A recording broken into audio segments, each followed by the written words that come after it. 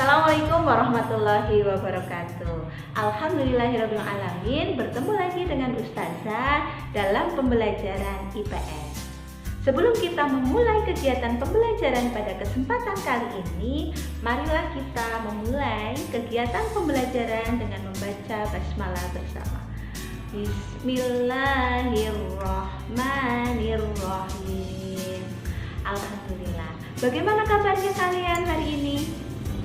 Mudah-mudahan kita semua senantiasa dalam keadaan sehat dan jangan lupa untuk selalu bersyukur.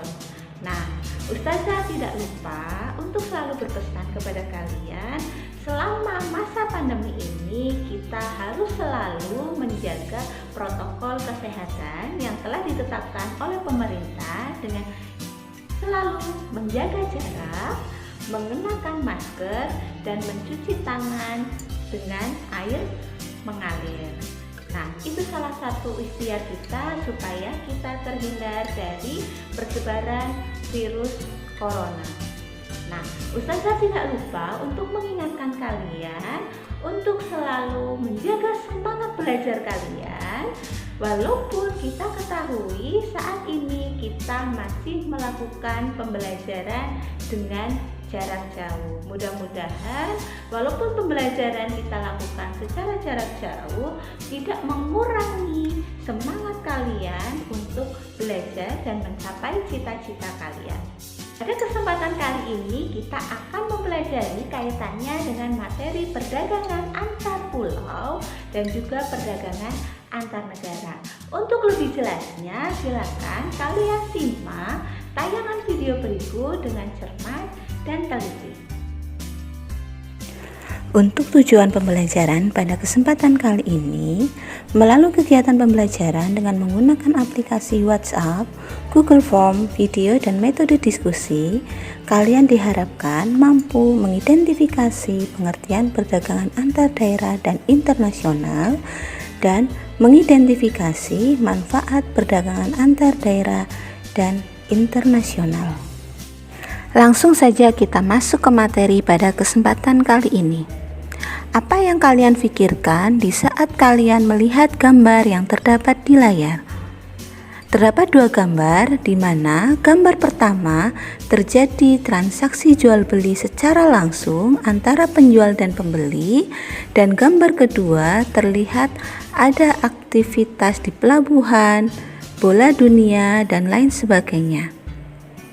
Dari gambar tersebut kita mengetahui bahwasannya terdapat aktivitas perdagangan yang bisa dilakukan antar daerah, dan gambar kedua yaitu perdagangan internasional.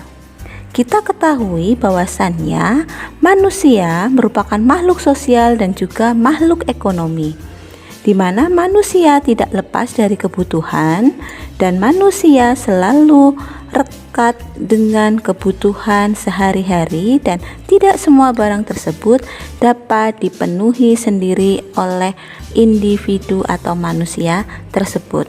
Pasti ada bantuan dari orang lain untuk memenuhi kebutuhannya sehari-hari. Untuk memenuhi kebutuhan sehari-hari, biasanya manusia memenuhi kebutuhan tersebut dengan aktivitas perdagangan. Kita bahas yang pertama kaitannya dengan faktor-faktor pendorong timbulnya perdagangan. Faktor pendorong yang pertama yaitu perbedaan tingkat kejarangan. Di layar dapat kalian saksikan terdapat dua produk di mana masing-masing produk berasal dari kota yang berbeda. Produk pertama berasal dari kota Bogor dan produk yang kedua berasal dari kota Malang. Walaupun produk tersebut berasal dari kota yang berbeda, tetapi kita masih bisa mengkonsumsi kedua produk tersebut dengan adanya kegiatan perdagangan. Faktor pendorong yang kedua yaitu adanya perbedaan faktor produksi. Perbedaan faktor produksi antara daerah satu dengan daerah yang lain dapat menyebabkan daerah tersebut menjadi daerah yang surplus maupun menjadi daerah yang defisit. Nah, dari perbedaan faktor produksi itu, pada kelanjutannya akan menimbulkan perbedaan tingkat produktivitas setiap daerah.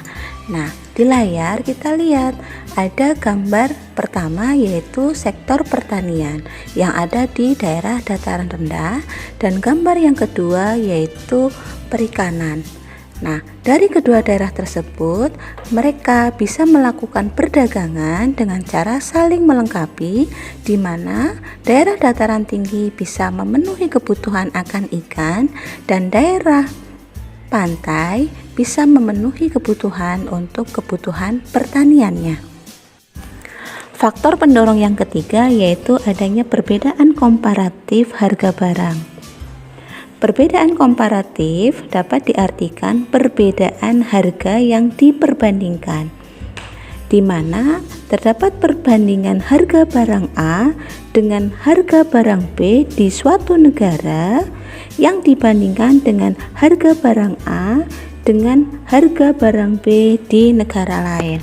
Nah, di layar dicontohkan ada dua mobil, ada mobil A dengan mobil B dengan tingkat harga tertentu di negara A yang dibandingkan dengan tingkat harga tertentu di negara B. Itu yang dimaksud dengan perbedaan komparatif harga barang. Selanjutnya kita akan membahas kaitannya dengan perdagangan antar pulau atau perdagangan antar daerah. Perdagangan antar pulau atau antar daerah sudah dimulai sejak zaman nenek moyang kita.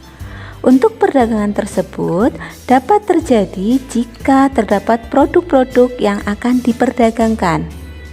Untuk menghasilkan produk tersebut diperlukan kegiatan ekonomi berupa aktivitas produksi, di mana aktivitas produksi tersebut akan menghasilkan produk, di mana produk apa yang akan dihasilkan tergantung pada sumber daya yang dimiliki oleh suatu daerah yang bersangkutan. Perdagangan antar pulau dapat diartikan sebagai perdagangan yang dilakukan oleh penduduk atau lembaga di suatu daerah atau pulau dengan penduduk di daerah lain atau pulau lain dalam satu batas wilayah tertentu atas dasar kesepakatan bersama. Selanjutnya kita akan membahas kaitannya dengan tujuan perdagangan antar pulau. Perdagangan antar pulau dilakukan oleh beberapa pelaku ekonomi dengan mempunyai tujuan tertentu, diantaranya yaitu 1. Untuk memperoleh keuntungan. Tujuan utama dilakukan perdagangan antar pulau untuk mendapatkan keuntungan. Keuntungan diperoleh dari selisih antara harga beli dengan harga jual yang ditetapkan oleh penjual. Dan yang kedua, bertujuan untuk memperluas jangkauan pasar. Perdagangan sampai ke luar daerah atau luar pulau dapat memperluas jangkauan pasar. Jangkauan pasar yang dimaksud yaitu jumlah konsumen yang mengkonsumsi barang tersebut semakin banyak dan tersebar di berbagai daerah, tidak hanya di daerah dari produsen tersebut. Manfaat perdagangan antar pulau yang pertama yaitu menyediakan alternatif alat pemuas kebutuhan bagi konsumen. Dengan adanya perdagangan antar pulau, konsumen dapat menikmati produk yang tidak diproduksi di tempat tinggalnya. Kemudian manfaat yang kedua yaitu meningkatkan produktivitas.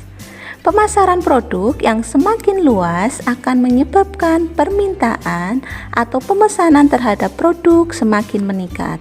Hal tersebut akan mendorong produsen meningkatkan produksi sehingga meningkatkan produktivitas perusahaan.